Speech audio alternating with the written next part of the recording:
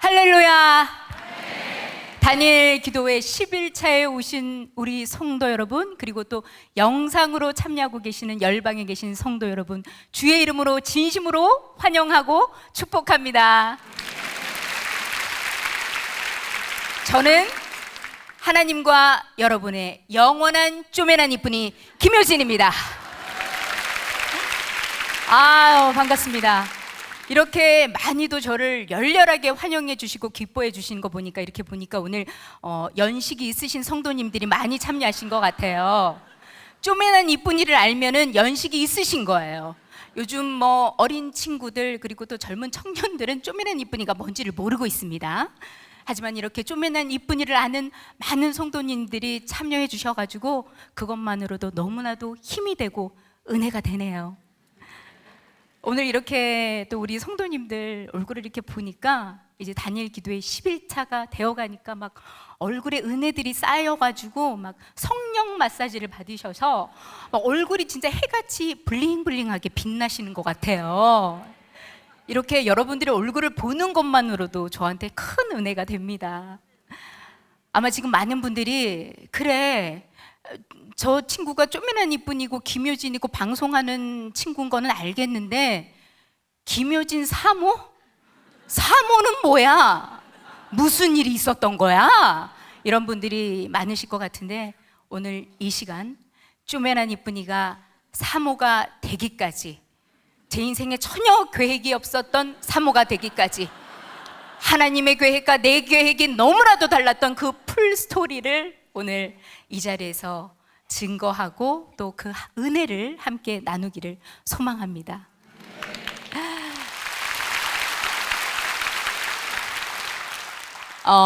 저의 또 신앙의 첫걸음이 어떻게 되는지 많이들 궁금해 하실 것 같아요. 저는 여러분들이 모르셨겠지만 명문가에서 태어났습니다. 모르셨죠? 명문가의 자제입니다. 제가 이렇게 봐도 금수저를 입에 물고 태어났어요.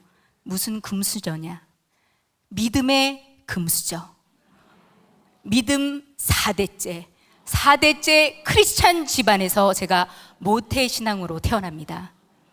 저희 이제 외가 쪽의 선조님께서 이 조선시대 때 해외에서 들어오신 선교사님을 통해서 예수를 영접하고 양반 자리를 포기하시면서까지 주님을 믿고 주님을 전하셨던 훌륭한 분이시고요. 저희 또 친가 쪽은 저희 아버지께서 믿음의 1세대가 돼서 가족, 그리고 또 일가 친척들, 부모 형제를 다 전도하신 신실하신 분입니다. 이렇게 양가가 다 크리스찬이다 보니까 집안에 뭐 목사님, 선교사님이 수두룩해요. 장로님은 명함도 못 내밉니다. 저희 집안의 분위기가 어떠냐면, 어느 정도 나이가 되면은 뭐 집사, 안수 집사, 권사, 장로 이런 거 때 돼서 직분을 못 맡는다?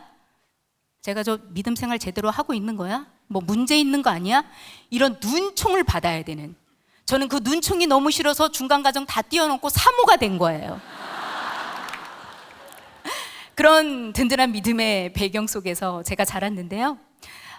저희 부모님도 너무 신실하시고 또 교회에서 참 많은 직분을 또 수행하시고 헌신적으로 신앙생활을 하셨던 분이고, 저도 그 영향으로 아주 어렸을 때부터 성가대며 뭐 찬양 인도자, 그리고 또 뭐 교회학교 각종 임원임사를 다 역임하고 암송대에 나가고 성가 경연대에 다 참여하는, 뭐 교회에서 막 왜 진짜 많이 설치고 나대는 그런 또 어린 아이였어요. 예. 근데 정말 이 교회 학교에서 저는 제 꿈과 하나님이 주신 제 달란트도 발견하게 됩니다. 성탄절날 막 성극하고 교회 수련회 가가지고 막 장기 자랑하고 이러면은 무대에선 제가 그렇게 행복하고 즐거울 수가 없어요. 그리고 그걸 지켜보던 뭐 제 친구들, 교회 학교 선생님들도 야, 너 너무 잘한다, 너 연예인 돼야 되겠다, 이런 얘기를 참 많이 들어서 저는 일찌감치 연예인을 꿈꾸게 됩니다. 아, 하나님은 나를 연예인으로 만드시려고 하시는구나. 그래서 밤마다 매일같이 기도해요. 하나님, 저 연예인 되게 해주세요. 저 정말 인기 많은 연예인이 되게만 해주시면 하나님, 저 그 인기와 그 명예와 그 부를 하나님의 영광을 위해서 다 돌려드리겠습니다. 매일같이 그렇게 간절히 기도했어요. 그때까지 저의 인생의 목표는 정말 단 하나, 유명한 연예인이 되는 것, 그거 하나를 보고 달려왔습니다. 그때 당시에는 그냥 좀 유명해지고 싶고 막 인기 있는 그런 스타들을 이제 동경하는 마음에 연예인을 꿈꿨던 것 같아요. 근데 참 희한하게요, 그 어린 시절에 뭣도 모르고 아무것도 모르는데 저는 왠지 정말 연예인이 될 것만 같은 확신이 있었어요. 요즘 뭐 신조어로 뭐 근자감이라고 그러잖아요. 근거 없는 자신감.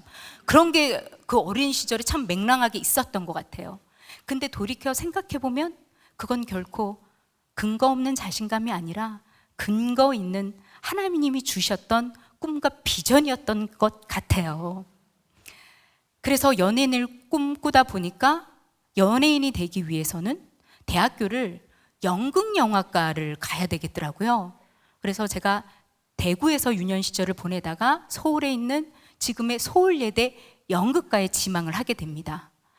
그리고 대학교에 들어갔는데 연예인이 될 거니까 연예인을 만나야 되겠더라고요. 그때 당시 저희 학교에 이제 워낙 또 활동을 하는 연예인도 많았고 거기에 대내외적으로 굉장히 유명한 개그 동아리라는 게 있었어요. 그 개그 동아리에 가면은 연예인들이 엄청 많대요. 지금도 활발하게 활동을 하고 있는 우리 신동엽 씨, 이영자 씨, 송은희 씨, 이런 분들이 다 저희 개그 동아리 출신이셨어요. 그리고 제가 들어갔던 때에 또 개그 동아리 회장이 배우 안재욱 씨였었어요. 유명하죠? 빵빵하죠? 근데 그 개그 동아리가요, 너무 지원자가 많아가지고 동아리임에도 불구하고 시험을 보고 들어가야 된대요. 근데 여러분, 되게 아이러니하게도 제가 연예인을 꿈꿨잖아요. 근데 연예계도 각종 장르가 많잖아요. 저는 가수도 되고 싶었고 뭐 탤런트도 되고 싶었고 영화 배우도 되고 싶었고 각종 장르의 연예인이 다 되고 싶었는데 코미디언은 단 한 번도 되겠다는 생각을 그때까지 하지 않았어요. 왜 그랬냐면 제가 어린 시절에 엄마 아빠의 사랑을 참 많이 받았어요. 근데 부모 눈에는 내 자식이 제일 예뻐 보이잖아요. 그래서 저희 부모가 막 옛날부터 아이고 우리 공주님, 우리 미스 코리아, 아이고 우리 이쁜이, 그런 소리를 하도 많이 들어가가지고 아무래도 내 이미지나 비주얼은 코미디하고는 조금 멀지 않나? 이런 생각에 단 한 번도 코미디언을 꿈꾼 적이 없었어요. 근데 저는 단지 연예인을 만나기 위해서 개그 동아리를 들어가야만 했어요. 근데 시험을 본다니까 나는 코미디언이 될 것도 아니고 나는 뭐 무슨 그런 개인기나 뭐 준비해 간 것도 없는데 이거 분명히 100% 나는 떨어지겠구나. 그래도 거기 가면은 연예인 얼굴 구경은 한번 할 수 있겠지? 아무 생각 없이 시험을 봤어요. 근데 이게 웬일이에요? 심사위원 전원 만장일치 10점 만점을 받고 제가 1등으로 개그 동아리에 들어가게 돼요. 할렐루야. 먼 훗날에 그 심사를 보셨던 선배 중에 한 분이 송은이셨거든요. 송은이 씨가 이 얘기를 하더라고요. 나는 네가 들어오는 그 순간 10점 이렇게 적었대요. 저 얼굴은 무조건 개그우먼을 해야 될 상이다. 바로 직감이 오셨대요. 그렇게 제가 개그 동아리 활동을 하다가 그 해 MBC의 젊음의 다섯마당이라는 프로그램이 새로 생겼는데 그게 약간 신인 등용문 같은 프로그램이었어요. 거기에 PD님께서 어머 세상에 개그 동아리 전체를 캐스팅을 하셨어요. 아니 너네가 그 대학가에서 되게 참신한 개그를 한다고 하는데 코너를 하나 맡아봐라. 얼떨결에 MBC에 데뷔를 하게 된 거예요. 그리고 또 머지않아 그때 당시 MBC의 간판 프로그램인 오늘은 좋은 날 PD님의 제가 눈이 띄어서 저랑 함께 동아리 활동했던 우리 그 허리케인 블루로 인기 정말 많이 얻었던 네모 왕자 김진수 씨, 이렇게 둘이서 전격 오늘은 좋은 날에 발탁이 돼가지고 저희가 활동을 하기 시작한 거예요. 그리고 그 해 저는 MBC 코미디언 여자 신인상을 수상하게 됩니다. 아니 정말 대간절 전혀 내가 그 계획에 없었던 코미디언으로 상까지 받게 되더라고요. 상까지 받게 되니까 아, 이거는 운명이구나 그렇게 받아들이고, 그래 그럼 여기서 좀 더 좀 열심히 해보자. 또 그러던 차에 그때 당시에 정말 인기 많았던 프로그램이 테마게임이라는 프로그램이 있어요. 기억하시면 연식이 있으신 겁니다. 예. 그 테마게임이 코미디 드라마 타입의 그런 프로그램이었는데 막 시청률이 그때 당시 막 30%, 40%가 나오는 정말 인기 프로그램이었어요. 근데 이제 신인으로 활동하던 저를 제가 좀 연기를 곧잘 한다 이렇게 지켜보셨던 PD님께서 테마게임에 불러서 처음에는 신인이니까 아주 작은 역을 저한테 맡기셨어요. 그때 당시 테마게임의 주인공이 이제 김국진 씨였는데, 김국진 씨를 보고 제가 이렇게 지나가다가 어머 뭐야 이 사람 미쳤어 왜 이래 이러면서 지나가는 아줌마 역할이었어요. 근데 저는 어떻게 해서든지 요거를 진짜 이 한마디지만 너무 재밌게 좀 잘해가지고 우리 PD 눈도장에 딱 찍혀갖고 이 인기 프로그램에 계속 나오고 싶은 막 야망이 막 들끓는 거예요. 그래서 이거를 요 한마디를 어떻게 재미지게 할까 고심하고 있었던 차에 제가 그때 당시에 이제 그 서울에 있는 저희 사촌 이모 댁에서 하숙을 하고 있었어요. 근데 저희 사촌 이모부님이 목사님이시고 또 우리 사촌 이모가 사모셨어요. 집안에 목사님이 수두룩해요. 예. 근데 이 사촌 이모님은 정말 그야말로 저하고는 다른 전형적인 우리 한국의 사모님상 너무 단아하시고 자애로우시고 은혜가 충만하시고 또 남편 목사님을 옆에서 조용히 잘 보필하시고 성도님들께 참 잘하시는 그런 사모님이셨는데, 이 사모님에게도 단 하나 본인의 약점, 십자가가 하나 있었는데 그게 바로 사촌 언니였어요. 이모의 딸. 목회자 가정 이렇게 들여다보면은요, 그 부모님의 그 신앙을 잘 물려받아서 모범적으로 잘 사는 자제들도 많지만 이렇게 한 번씩 엇나가는 자녀들이 있는데, 이 언니가 엇나가도 많이 엇나간 언니였어요. 집을 한 번 나가면 집에를 잘 들어오지를 않아요. 독립투사처럼 한 번씩 이렇게 들어와가지고 또 집안을 한번 발칵 뒤집히는 그런 스타일이었거든요. 그 이모가 늘 그 언니 때문에 참 소가리를 하면서 기도하는 모습을 많이 지켜봤는데, 어느 날 우리 이모님이 여느 때처럼 성도님과 은혜로운 전화 상담을 하고 계셨어요. 아유 할렐루야 성도님, 예 하나님께서 우리 성도님 기도 다 들어주실 겁니다. 저도 기도할게. 예 할렐루야. 그리고 통화를 하고 있는데 밖에 이제 도어락에서 띠디디디디 초코덕 출타하셨던 우리 사촌 언니가 오랜만에 귀가를 하신 거예요. 그 소리를 듣자마자 그 자애로우시던 우리 이모님이 네, 그리고 전화를 끊자마자 다다다다다다 현관으로 가가지고 그 언니의 멱살을 잡더니 이까 신하가 이게 미친나 뭐 이런 게 다 있노 이거? 이게 지금 의대를 싸돌아다니다가 이제 기도를 하나? 아이고 아버지요, 아이고 아버지, 막 난리가 난 거예요. 저는 우리 이모의 그런 모습을 정말 처음 봐가지고 막 충격을 금할 길이 없는 거예요. 그러면서 속으로 우리 이모가 얼마나 저렇게 속이 상했으면 저렇게 분노를 금할 길이 없어서 저랬을까. 근데 불현듯 그 생각이 나면서 그래 옳다구나, 이모의 이 아픔을 내가 연기로 녹여보겠다. 그래 이거다. 그래서 제가 현장에 가서 이 사람 미쳤어 왜 이래 하고 지나가는 거를 우리 이모가 돼가지고 이게 미친다 뭐 이런 게 다 있노 어이? 이러고 딱 지나갔는데 현장에서 그냥 빵빵 터지는 거예요. 막. 그 PD님께서 야 너무 재밌다, 너 다음 주에도 나와라. 그러면서 저는 얼떨결에 매주 테마게임에 뽀글가발을 늘 쓰고 갑자기 불현듯 나와서 이게 미친나 뭐 이런 게 다 있노 어이? 이 한마디 하고 호련히 퇴장하는, 그거를 매회 제가 하는 거예요. 근데 그러면서 많은 분들이 저를 알아봐 주시고 저를 주목하기 시작하시는 거예요. 우와. 그러면서 또 얼마 되지 않아 오늘은 좋은 날에 조혜련 씨와 서경석 씨가 하던 모자 코미디 울엄마에 PD님께서 여기서 이게 그 서경석, 경석의 여자친구를 한번 투입해보자 그러면서 저를 또 전격 투입시키는 거예요. 그게 바로 쪼매난 이쁜이였던 거예요. 근데 그날 첫 녹화 때 서경석 씨와 저를 그 PD님께서 부르시더니 내가 음악을 하나 틀어줄 건데 거기에 맞춰가지고 눈을 좀 깜짝깜짝 거려봐라 그러시는 거예요. 그 음악이 바로 따라라 따다다다다 따다다다다 경사가 따라라 따다다다다 따다다다다. 이게 그냥 첫 방부터 그냥 대박이다면서 방송 첫 회 나가고 났는데 애들이 눈을 다 깜빡이고 막 난리가 난 거예요.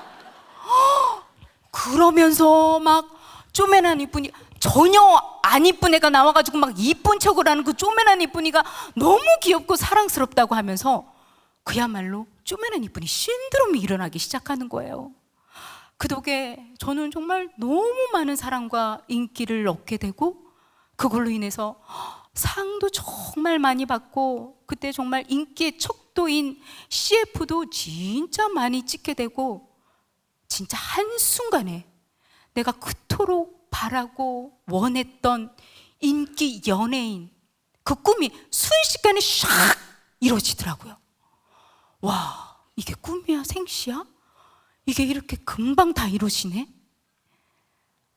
근데 저는 제 꿈을 이루고 나면 그냥 마냥 행복하고 그 기쁨의 나날들이 계속 될 줄 알았거든요.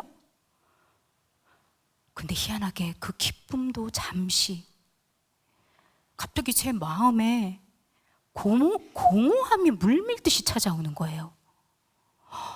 내가 지금 사는 날 동안 오로지 나는 이거 인기 연예인이 되는 거 하나만을 목표로 꿈을 꾸면서 살아왔는데 이걸 다 이뤘는데 근데 뭐야 이게 다야?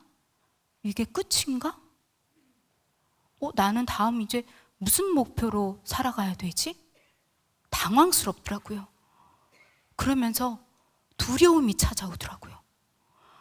사실 그때 뭐 저는 원래 코미디언 되려고 했던 사람도 아니잖아요. 근데 많은 사람들이 그렇게 나는 사람들이 주목해 주기를 원했는데 저를 주목하는 그 눈빛들이 저한테는 부담으로 다가오고 저를 짓누르기 시작하는 거예요. 너무 무섭더라고요. 나는 아무것도 할 줄 모르는데. 그리고 그때 당시만 해도 이 연예계가 매니지먼트 시스템으로 이렇게 케어받는 그런 시스템이 아니었어요. 고작 22살, 23살인 제가 방송사에 제 아버지보다도 나이 많으신 50대의 국장님, 사장님, 본부장님과 협상 테이블에 앉아서 출연료 교섭을 하고 출연 프로그램을 교섭을 했었어야 됐어요. 이게 너무 버거운 거예요. 제가 세상을 알면 얼마나 알고 또 뭐 인생의 내공이 있으면 얼마나 있겠습니까? 너무 어려운 거예요. 이러면서 제 마음은 조금씩 병들어가기 시작했던 것 같아요. 그때부터.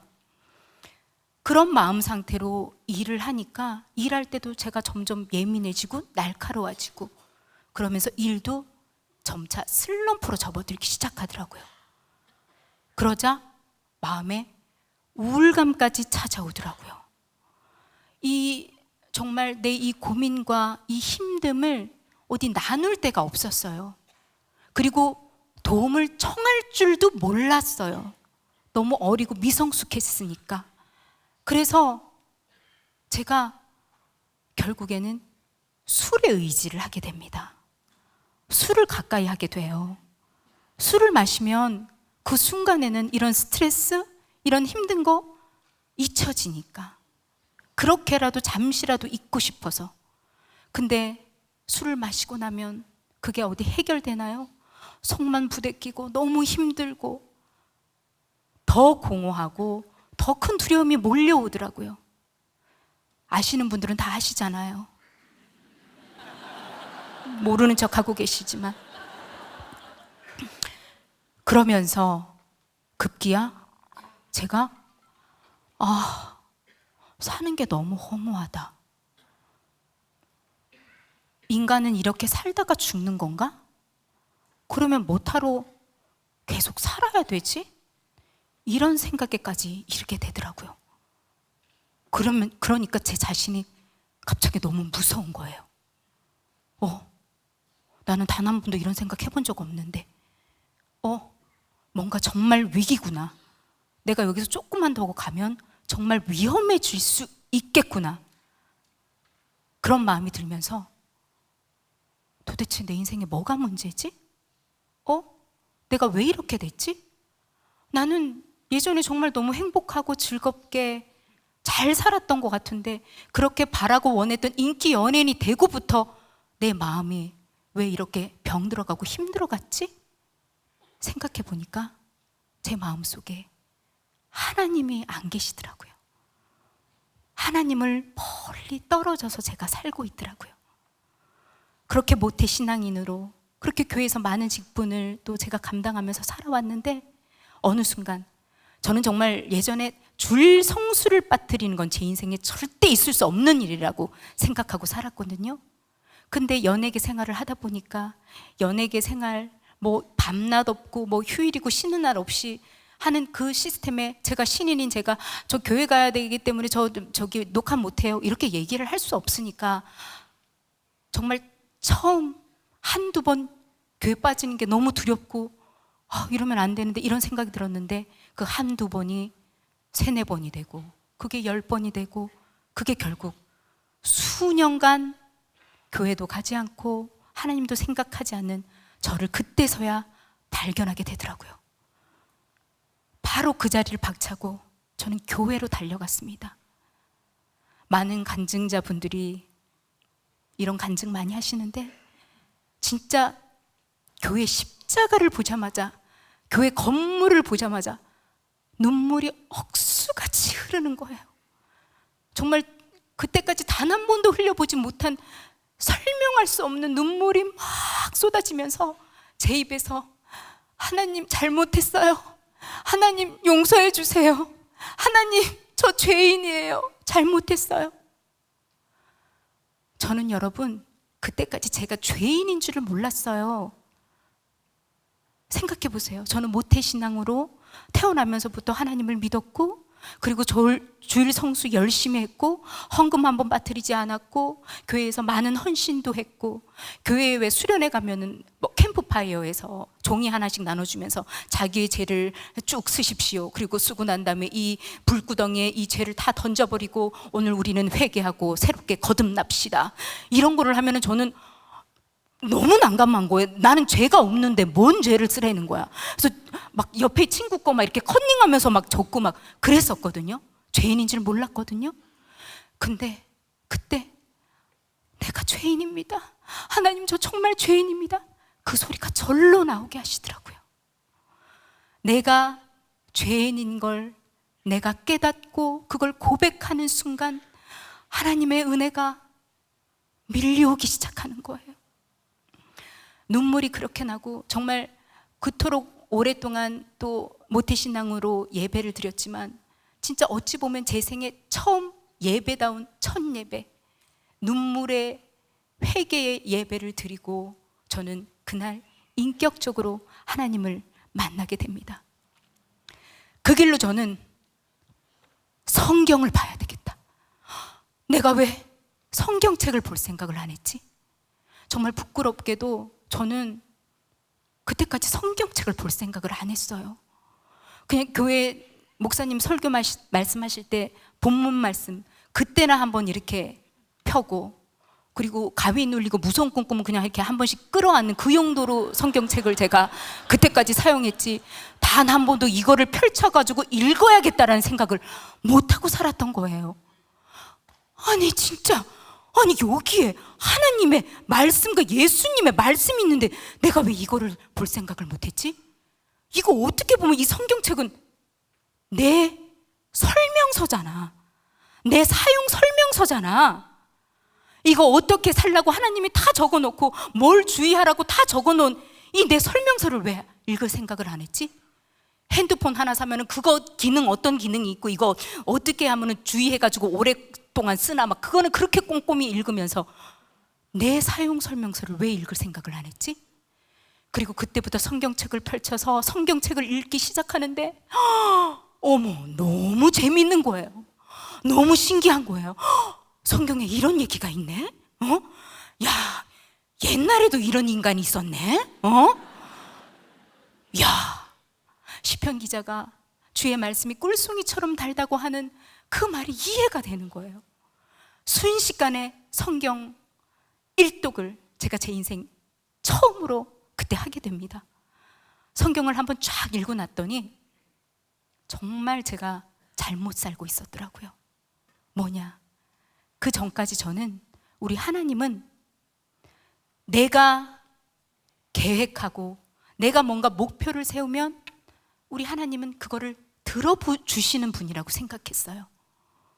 마치 알라딘 요술램프의 지니처럼 내가 목표를 정하고 내가 뭔가를 계획하면 그걸 들어주시는 분, 나의 도구, 그렇게 하나님을 생각하고 있었는데 성경을 읽고 나니까 이거 완전 뒤바뀐 거예요. 하나님께서 내 인생의 주인이시고 하나님께서 나를 향한 계획이 있으시고 나는 그 계획대로 순종하고 따르면 되는 주의 도구이구나. 근데 그걸 깨닫고 나니까 얼마나 마음이 후련한지요. 저는 그때까지만 해도 제 인생을 내가 계획하고 내가 책임지고 살아가야 된다라는 그 짓눌림이 엄청 컸었어요. 그래서 사회생활도 힘들고 어려웠던 거예요.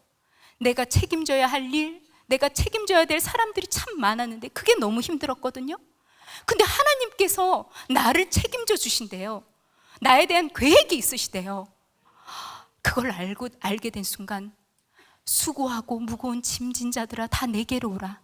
내가 너희를 쉬게 하리라. 그 말씀이 제 말씀이 되더라고요. 그러면서 마음에 평안함과 안식이 찾아오더라고요. 그렇게 하나님과 친밀하고 가까워지기 시작하니까 술을 끊어야겠더라고요. 성경을 읽으면 읽을수록 술은 끊어야겠더라고요. 모태신앙인이니까 술을 끊어야 된다는 건 진작에 알고 있었는데 근데 이게 확 또 결단이 안 생겨. 그래도 이게 또 좀 사회생활을 하는데 이게 또 술자리를 좀 갖고 이게 폭넓은 인간관계도 또 하고 그래야 되고 또 술 좀 취하고 그러면 알딸딸한 게 그게 또 좀 재미있기도 하고 아시잖아요. 그래서 제가 하나님께 솔직히 고백했어요. 하나님 말씀을 읽으니까 술을 끊어야 되는 건 알겠어요. 근데 하나님 솔직히 저 자신이 없어요. 아직까지 저는 연약하고 한 번씩 이렇게 좀 술이 땡길 때도 있어요. 하나님 또 이 바닥 아시잖아요. 술자리가 많은데 이걸 어떻게 제가 안 나가고 그럴 수가 있나요? 하나님 근데 이 술이 진짜 하나님과 제 사이에 어떤 걸림돌이 되면 하나님께서 하나님의 힘으로 저 끊게 해주세요. 이렇게 솔직하게 기도를 했어요. 그랬는데 정말 놀랍게도 다음에 술자리를 갔는데 어머 세상에 난 술 마시지도 않았는데 술 마신 그 다음 날에 막 속이 뒤틀리고 속쓰림 증상이 막 느껴지기 시작하고 정말 늘 자주 가던 단골 술집이었는데 그 술집 의자에 이전에는 맡아보지 못한 그 술집 의자에 막 찌들어 있던 그 막 고약한 술 쩐내 그리고 사람들이 해놓은 그 토사물의 냄새가 막 역하게 느껴지기 시작하는 거예요. 도저히 한순간도 거기 있지를 못하겠는 거예요. 그 자리를 박차고 나오면서 저는 그 길로 술을 끊게 됐습니다. 정말 너무 놀랍더라고요.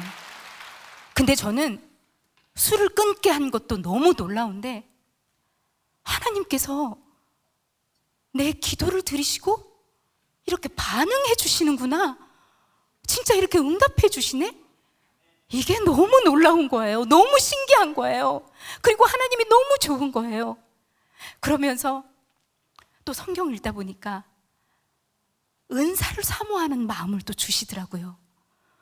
저는 사실 그 이전까지 교회에서 목사님께서 오늘도 막 했지만 주여 삼창하시고 통성기도 합시다 이러면 그 통성기도도 너무 싫었고 통성기도 시작하면 갑자기 옆에서 막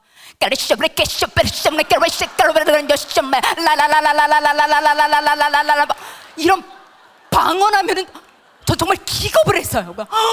어머 하나님을 믿어도 곱게 믿어야지 광신도야?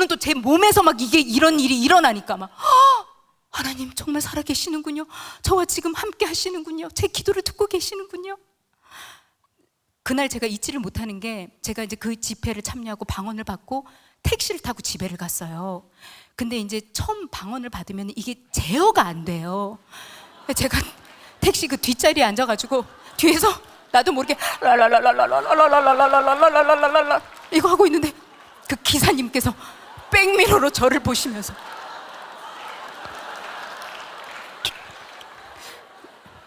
어디 편찮으세요? 괜찮으신 거예요? 미친 여자 보듯이 그 기사님의 눈빛을 아직도 잊을 수가 없습니다. 그렇게 하나님께서는 저에게 많은 것들을 이렇게 체험케 하시더라고요. 지금 이렇게 돌이켜보면요, 제가 이제 아이를 양육하고 있잖아요. 그 아이를 양육할 때 어릴 때는 그 어린아이의 눈높이에 맞춰가지고 이렇게 얘기를 하고 행동을 하고, 또 장성하면 그 장성한 대로 거기에 맞는 또 엄마가 얘기해주고 행동하고 그러잖아요. 아마 그때는 이제 막 첫 하나님을 사모하고 인격적으로 만난 그 저를 그 눈높이에 맞춰서 그런 것들을 많이 경험케 하시고 체험케 해주셨던 것 같아요. 그렇게 저는 하나님을 뜨겁게 사랑하고 사모하고 신실하게 신앙생활을 하게 됩니다. 그러던 중에 정말 저처럼 너무나도 신실한 한 남자를 만나서 6년의 열애 끝에 결혼을 하게 돼요. 너무나도 신실한 저희 둘이 만났으니, 야, 우리가 세우는 이 가정은 얼마나 완벽하고 아름답고 주님 보시기에 어여쁠까. 이제 우리 둘이 결혼하는 순간 현정혜영 신혜라 차인표의 시대는 끝났다. 이제 우리의 시대다. 그렇게 큰 부푼 꿈을 안고 결혼 생활이 시작이 됐습니다. 의욕이 지나친 탓이었을까요? 결혼 생활은 녹록지 않았습니다. 제 생각과 많이 다르더라고요. 6년을 연애했기 때문에 저는 이 사람에 대해서 웬만큼 다 파악하고 있었다고 생각했는데, 결혼을 하고 보니까 완전 다른 남자예요. 매일매일이 너무 신선해요.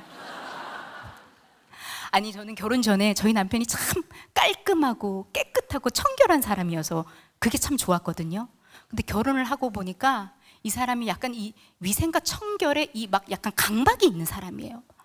하루에도 씻기를 또 얼마나 씻고 막 수건을 얼마나 꺼내서 쓰는지. 아니, 보통 우리가 욕실에 수건 하나 이렇게 걸어놓으면은 같이 이렇게 공유해가지고 쓰지 않나요? 근데 이 남자는 자기 수건 따로, 내 수건 따로, 뭐 애들 수건 따로 다 지정을 해줘요. 그게 너무 성가신 거예요. 근데 집에서만 그러면 되는데 밖에 이제 우리가 한 번씩 가족여행 가잖아요. 호텔 같은 데 가잖아요, 여러분. 호텔 가면은, 호텔 여러분 왜 가요? 저는요, 호텔 가면은요, 거기 이제 막 호텔 욕조에서 몸 담그고 탁 샤워하고, 그 호텔에 그 막 폭탁한 포기한 수건으로 이렇게 몸을 탁 닦으면서, 아, 그래, 이 맛으로 호텔 오잖아. 이걸로 내가 돈 쓰는 이 재미가 있는 거잖아. 그 기쁨으로 저는 호텔 가거든요, 큰 돈 주고. 근데 이 남자는 그 호텔 수건 이 사람 저 사람 다 사용하는 건데 너무 불결해. 위생적이지 못해. 집에 있는 수건을 바리바리 다 싸가요. 내가 봤을 때는 우리 집 수건이 더 더러워. 호텔 가가지고도 그 무슨 칠순잔치, 무슨 여사 뭐 팔순잔치 써 있는 거 막 백일잔치 축 기념 이런 수건을 닦게 하니 막 얼마나 제가 짜증이 나겠어요. 그래서 한 번은 저희 시어머님한테 제가 막, 아, 어머니, 이 사람은 진짜 호텔 가가지고도 이제 수건도 못 쓰게 하고, 뭐 집에 있는 거 바리바리 싸가게 하고, 아, 진짜 왜 이렇게 유난인지 모르겠어요. 그랬더니 저희 시어머님이, 예, 그거는 아무것도 아니다. 니네 시아버지는 밖에 식사 약속 있으면 집에 있는 수저통 가져가신다.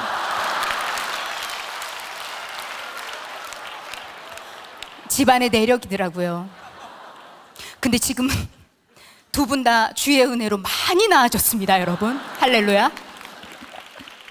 그렇게 참 티격태격하면서 뭐 이 크고 작은 그런 문제들을 겪으면서도 저희 가정에 정말 너무 귀한 첫 생명, 저희 딸이 탄생하기 시작해요. 시작한 게 아니라 이제 찬생을 한 거죠. 저희 딸을 키우면서 엄마가 처음 되어보고 아빠가 처음 되어보니까 정신이 하나도 없더라고요. 근데 그때부터 저희 남편이 약간 이제 그 완벽주의적인 그런 성향이 있는 사람인데, 이 사람이 딸이 태어나고 나니까 이 딸이 너무 소중하고 귀하니까 본인이 정말 이 딸을 진짜 너무 잘 키우고 싶고, 이 딸한테 너무나도 완벽하고 좋은 아빠이기도 싶고, 그리고 저한테도 진짜 멋진 남편이고도 싶고, 가장으로서도 진짜 자라내는 그런 멋진 가장이고 싶은 그런 마음이 굴뚝 같은데, 본인이 이게 뭐가 이렇게 막 맘처럼 이렇게 딱 안 된다고 생각이 들었는지 좀 점점 예민해지고 날카로워지기 시작하더라고요. 그러면서 또 이상하게 본인이 다니던 그 회사가 뭐 어려움에 겪게 돼서 그 회사를 나오게 되는 일이 있고, 또 새로 들어간 직장에서 뭔가 또 크고 작은 갈등과 문제들이 생겨서 또 회사를 또 나오게 되고, 한참 아이가 태어나고 30대 남자들 그렇잖아요. 막 사회적으로 기반을 쌓고 커리어를 쌓아야 될 그 시기에 뭔가 저희 남편이 자꾸 뭔가 어긋나고 잘 일이 안 풀리고 그런 것들이 계속 반복이 되더라고요. 그러면서 본인이 점점 스트레스를 엄청 받기 시작해요. 제가 옆에서 그걸 보면서 물론 많이 힘들구나 안타깝긴 했지만, 저 또한 첫 아이가 태어나고 저는 또 방송들을 해야 되고, 집에 들어가서 육아하고 가사 뭐 이런 거 살림살이 또 제가 또 다 챙겨야 되고, 너무 힘들고 저 딴에도 너무 막 버겁고, 그래서 남편의 그런 힘듦을 제가 챙길 수가 없었어요. 그러면서 힘들어하는 남편을 보면서 저는 오히려, 그게 뭐가 힘들다고 그래. 나도 힘들어. 그리고 자기야, 자기보다 훨씬 더 힘든 사람이 세상에 많은데 그런 사람들도 다 열심히 살아. 아니 왜 이렇게 나약해. 정신 차려. 우리 지금 이럴 때 아니야. 계속해서 남편을 채근하고 채찍질하고 제가 몰아쳤던 것 같아요. 근데 저희 남편이 그게 참 상처가 됐었나 보더라고요.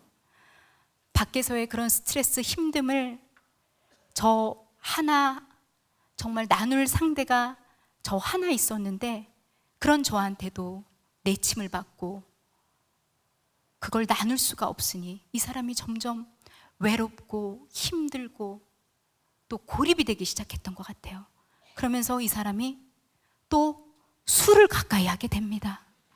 이게 코스인 것 같아요. 근데 저는 그래도 과거에 그래도 술 좀 했어요. 이게 몸도 조금 받아줬던 것 같고. 근데 저희 남편은 정말 허약 체질이어서 술이 받는 사람도 아닌 거예요. 근데 그 몸에 막 술을 매일같이 들이붓기 시작하더라고요. 그 마음에 막 힘듦과 스트레스가 있는 중에 술까지 들어오니까 이게 기폭제 역할을 하면서 이 사람이 이 분노가 막 표출이 되기 시작하는데, 그 분노의 대상이 제가 되더라고요. 술을 마시고 돌아오면 막 저한테 막 소리 지르고 나를 원망하고 막 저한테 막 화를 내고 막 그러는 거예요. 근데 저는 너무 어이가 없는 거예요. 나는 이렇게 내가 내 역할을 열심히 하고 있는데 본인은 본인 일이 제대로 안 돼가지고 혼자 저렇게 스트레스 받고 거기다가 술까지 먹고 와서 이렇게 나한테 분노를 해? 말도 안 되는 거예요. 기가 막힌 거예요. 이런 이들이 거듭될수록 도저히 나는 이 사람하고 살 수가 없구나. 이 가정을 내가 더 이상 지켜낼 수 없구나라는 생각에까지 이르게 됐어요. 이 사람하고 헤어져야겠다. 나는 이렇게는 못 산다. 내가 도대체 뭘 잘못했어? 그리고 하나님께 그냥 통보하듯이 기도를 하기 시작했어요. 하나님, 저 이 사람하고 이제 더 이상 못 살아요. 이것 보세요. 제가 뭘 잘못했어요? 본인이 저렇게 잘못해놓고 왜 저한테 저렇게 화를 내는 거예요? 제가 뭘 잘못했나요, 하나님? 하나님, 분명히 이 사람이 내 배우자라는 확신을 주셔서 이렇게 결혼을 했는데, 하나님, 진짜 이 배우자가 나의 하나님이 정해주신 배우자가 맞나요? 제가 하나님의 말을 잘못 알아들은 건가요? 하나님, 제가 잘못한 거 없어서 저 이제 이 남자하고 못 사니까요, 하나님도 저한테 뭐라고 하시면 안 돼요. 그랬더니 하나님께서 저한테, 너 결혼할 때 나랑 약속했잖아. 불현듯 잊고 있었던 결혼 서약을 생각해 하시더라고요. 그 결혼 서약서를 제가 직접 작성을 했거든요. 기쁠 때나 슬플 때나 부유할 때나 가난할 때나 쭉쭉쭉 가다가 제가 이렇게 적었어요. 존경스러울 때나 존경스럽지 않을 때나, 내가 사랑할 수 있을 때나 사랑할 수 없을 때조차 내가 조건 없는 하나님의 사랑에 힘입어서 끝까지 이 남편을 사랑하겠습니다. 하나님께 엄숙히 서약하겠습니다. 내가 미쳤지. 내가 이런 일이 있을 줄 알았나? 하나님은 약속의 하나님이신데 본인이 한 약속도 끝까지 지켜내시고 자녀들이 한 약속도 끝까지 받아내시는 하나님이신데, 그러면서 하나님께서 사랑장을 묵상하게 하시더라고요. 사랑장 여러분 다 아시죠? 사랑은 오래 참고 사랑은 온유하며 시기하지 않고 쭉쭉쭉쭉쭉. 모태신앙인이니까 뭐 어렸을 때 사랑은 언제나 오래 참고 이 찬양도 정말 많이 부르고, 집에 가면은 뭐 액자도 막 다 사랑장으로 돼 있어서 그렇게 많이 봤던 그 사랑장을 하나님께서 묵상하기 시작하시는데, 첫 시작, 사랑은 오래 참고, 이 오래 참고를 제 눈과 제 마음에 확 새기시더라고요. 그리고 온유하며, 마지막 단락, 모든 것을 참으며 모든 것을 믿으며 모든 것을 바라며 모든 것을 견디느니라. 하나님의 사랑은 오래 참고 모든 것을 참고 견디고 바라는 것이다라는 그 하나님의 사랑을 저한테 알려주시더라고요. 그게 사랑이야. 그리고 내가 너를, 그리고 사랑하는 내 아들, 네 남편을 그렇게 오래 참고 모든 것을 참으며 사랑하고 있단다. 그 마음을 주시는데, 그 길로 하나님, 저 잘못했어요. 하나님, 제가 남편을 사랑하지 못했어요. 그리고 하나님을 사랑하지 못했어요. 우리 남편의 힘들고 어려움을 제가 외면했습니다. 하나님, 용서해 주세요. 회개가 나오더라고요. 그리고 그 길로 남편을 위해서 기도하기 시작했습니다. 하나님, 우리 남편 회복시켜 주세요. 하나님, 저 영혼을 불쌍히 여겨주시고 소생시켜 주세요. 술 마시러 가는 남편의 뒷모습을 보면서 하나님, 회복시켜 주세요. 고주망태가 돼서 누워있는 남편을 보면서 하나님, 이 영혼 살려주세요. 집 오고 가는 대문을 붙잡고 하나님, 우리 남편 회복시켜 주세요. 저 이제 아무것도 바라지 않겠습니다. 이 아들 하나님만 바라보고 하나님만 따르면서 순종하는 아들 되게 해주세요. 그렇게 기도했는데 진짜 오래지 않아 우리 남편이 변하기 시작하더라고요. 술을 끊더라고요. 그리고 말씀을 읽기 시작하더라고요. 말씀을 읽으면서 혼자 서재에서 눈물로 울면서 기도하는 남편의 소리가 밖으로 새어나오더라고요. 그렇게 남편은 회복되기 시작을 했습니다. 얼마나 감사한지. 하나님은 이렇게 이 영혼을 위해서 기도할 때 하나님이 이 기도에 응답을 해주시는구나. 그리고 머지않아 우리 남편이 자기한테 중요하게 할 말이 있다라고 하더라고요. 뭐 남편이 이렇게 해보게 되는데 저는 정말 그래, 무슨 말이든 해봐. 뭔데? 나 목사가 돼야 되겠어. 내가 회복만 시켜달라고 그랬지 목사 시켜달라고 안 했는데요. 하나님 이게 뭐죠? 당황스럽더라고요. 제 인생에 단 한 번도 사모에 대한 계획은 없었거든요. 어쩜 이렇게 하나님과 계획과 내 계획이 이렇게도 다른지. 근데 여러분, 놀랍게도 제 마음에 순종하는 마음이 생기더라고요. 그리고 올 것이 왔구나라는 마음이 생기더라고요. 우리 남편이 여러분 어린 시절에, 유년 시절에 사실은 목사를 꿈꿨던 사람이에요. 목사가 되기 위해서 미국 유학까지 갔다 온 사람이에요. 근데 이후에 이제 어른이 되고 노선을 또 이런저런 이유로 바꿨던 사람인데, 제가 그 연애 때 그 얘기를 들었었거든요. 아, 때가 왔구나. 아마 남편하고 이런 고난과 역경의 시간이 없었다면 남편이 목사가 된다고 했을 때 저는 길길이 날뛰고 반대하고 난리를 쳤을 거예요. 아니 지금 이 나이에 뭔 목사를 된다라는 거야. 지금 공부해가지고 언제 목사 안수 받고 무슨 사역을 한다라는 거야. 그리고 그러면 자기 교회 공부하고 이러는 거, 그럼 내가 그러면 다 책임져가지고 내가 그러면은 다 해줘야 되는데 나는 뭐가 돼? 이거 너무 무책임한 거 아니야? 이 말도 일리가 있잖아요. 분명히 그랬을 거예요. 근데 하나님께서는 그 어둠의 시간을 통과하면서 남편과 저를 훈련시키시고 순종할 수 있게 연단을 시켜주셨던 것 같아요. 그렇게 순종을 하고 나니까 앞날은 깝깝하고 캄캄해도 마음에 평안이 오더라고요. 근데 그 뒤부터 우리 남편이 달라지기 시작하는데, 와, 진짜 물 만난 물고기인 마냥 너무나도 즐겁게 학교를 가고 공부를 하고 진짜 너무 열정적으로 신나게 막 늘 흥얼흥얼 찬양을 부르면서 살기 시작하는 거예요. 저희 남편을 보면서 역시 하나님이 주신 달란트로 하나님이 주신 그 비전의 일을 할 때 우리는 정말 저렇게 행복하고 빛이 나는구나. 저희 남편을 보면서 그걸 깨닫게 되더라고요. 그러던 우리 남편은 재작년에 학과 과정을 끝내고 목사 안수를 받게 됐습니다. 네, 고맙습니다.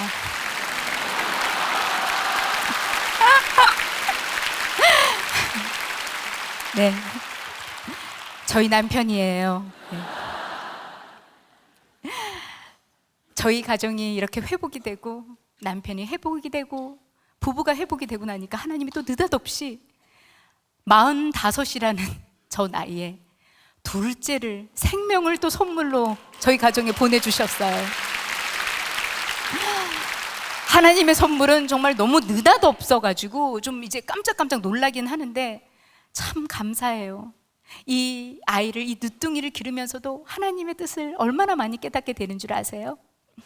요즘 저희 아이가 이제 5살인데 막 가위질도 막 하고 싶어 하고, 제가 옆에서 막 부엌에서 칼질하고 있으면은 나도 할래, 나도 할래, 나도 줘, 나도 할 수 있어, 계속 나도 할래, 이런 얘기를 많이 할 시기예요. 근데 칼, 가위 이런 거 뾰족한 거는 아직 5살 아이들한테는 너무 위험하잖아요. 나엘아, 엄마가 이거 나엘이 조금 더 키 크면 그때 줄게요. 지금은 위험해요. 아야해요. 근데 막 얘는 막 아니야, 할 수 있어, 줘. 얼마나 승질을 부리는지. 성격은 지 아빠를 닮아가지고 정말 죄송합니다. 예. 근데 그런 아이를 보면서요, 와, 하나님 앞에 내 모습이 저렇겠구나. 하나님은 지금 나한테, 야 효진아, 그거는 지금 너한테 필요한 거 아니야. 오히려 너한테 독이 되고 위험할 수 있어. 그래서 안 주시는 건데, 하나님 지금 내 생각에 나는 이게 필요하니까 하나님 이거 주세요, 이거 빨리 주세요, 이거 급해요. 이렇게 징징대고 투정하는 나의 모습을 우리 아이를 통해서 보게 하시더라고요. 이렇게 아이를 키우면서 참 저의 부족함도 느끼게 하고, 또 아이를 양육하면서 내가 양육한다고 하지만 결국엔 하나님은 그 아이를 통해서 나를 성장시켜 주시는 것 같더라고요. 엄마가 돼 보니까 하나님의 마음을 참 많이 알겠어요. 제가 요즘 엄마에 관련된 연극을 지금 준비를 하고 있는데요. 이 연극이 내용이 부산 자갈치 시장에서 평생 생선 장사를 하면서 남편을 일찍 여의고 아들 하나를 길러내는 참 정말 아들 사랑이 지극한 어머니 이야기예요. 근데 이 어머니가 젊은 시절에 하도 고생을 해서 나중에 중병이 들려서 시한부 선고를 받게 되고 자기의 죽음을 직감하고 마지막 아들하고 유언 같은 대화를 하는 내용이 있어요. 그 대화의 내용이 마지막 아들하고의 대화인데 이런 거예요. 이 엄마가, 이 아들이 돼지갈비를 평소에 참 좋아하는데, 네 좋아하는 돼지갈비 넉넉하게 사갖고 냉동실에 많이 넣어놨으니까 먹고 싶을 때마다 조금씩 꺼내갖고 놓기 무라. 그럼 아들이, 엄마 어디 멀리 가요? 언제 내 장사 나가면은 네 챙겨 물었고, 돼지갈비 굽을 때는 약한 불에 슬슬 굽어야 고기가 안 탄다. 아침에 일나면 귀찮더라도 아침밥 안치가 꼭 챙기 먹고 가라이. 건강 챙기라이. 이게 엄마가 아들한테 하는 마지막 대사예요.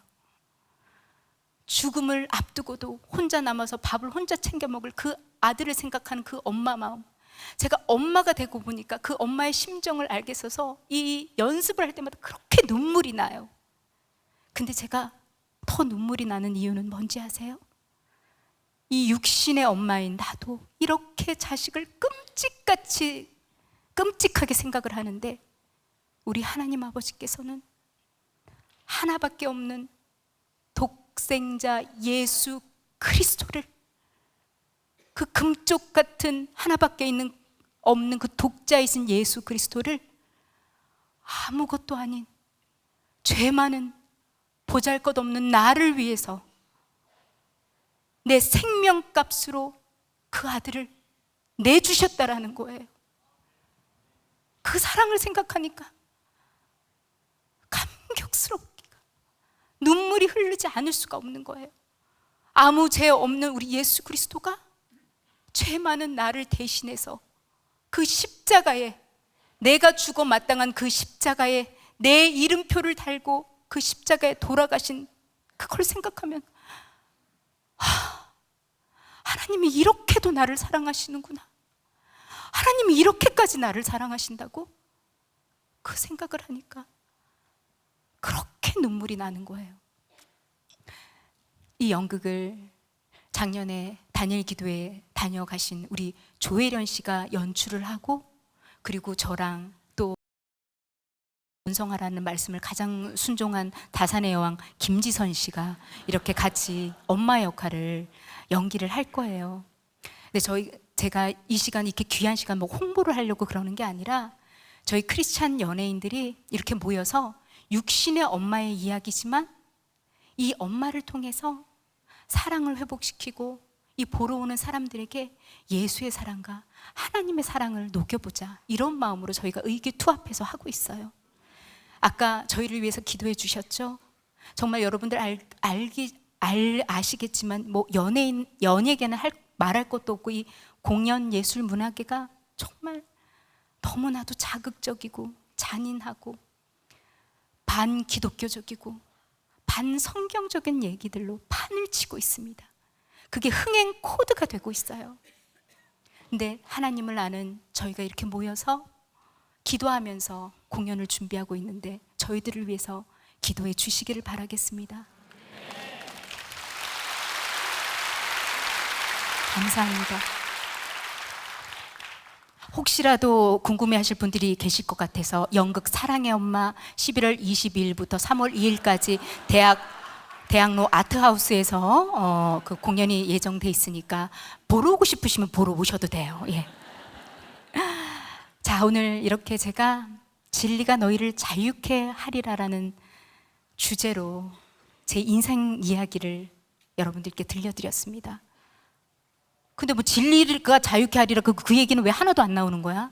이렇게 생각하시는 분들이 있을 수도 있겠어요. 근데 이 말씀은 앞으로 제 인생의 표대가 되는 말씀이에요. 그 얘기는 제가 아직 완전한 자유를 못 누리고 있는 탓에 이 말씀을 표대로 또 세웠겠죠? 저는 여전히 또 오랜 신앙 생활을 했기 때문에 유대인들처럼 많이 매여 있고 때로는 두려움도 느낄 때가 있고요. 걱정, 근심도 몰아칠 때가 있고요. 마음이 낙심될 때도 있고 못마땅한 사람도 많고 미운 사람도 간혹 있어요. 하지만 진리이신, 내가 곧 길이요 진리요 생명이신 진리이신 예수 그리스도를 믿고 알므로 내가 이 땅에 사는 날 동안 참 자유와 참 평안을 누리기를 소망하고 믿는 것입니다. 우리 성도 여러분들도 진리이신 예수 그리스도로 인해서 참 자유와 참 평안을 누리시기를 축복합니다. 기도하시겠습니다. 하나님 아버지, 참 감사합니다. 이렇게 부족하고 재 많은 저를 이 귀한 시간, 이 은혜로운 시간에 세우셔서 주님을 증거하게 하시니 참으로 고맙습니다. 하나님 아버지, 저희가 오늘 예배를 끝나고 각자의 자리에 돌아갔을 때 우리 모든 각자가 그 자리에서 주님을 증거하는 증거자가 되게 하시고 주님을 전하는 전도자가 되게 하시고 주님이 찾으시는 단 하나의 예배자로 살게 하여 주시옵소서. 진리이신 예수 그리스도를 믿음으로 우리가 참 자유와 참 평안을 누리게 하여 주시옵소서. 모든 것에 감사하며 예수님 이름으로 기도드렸습니다. 아멘.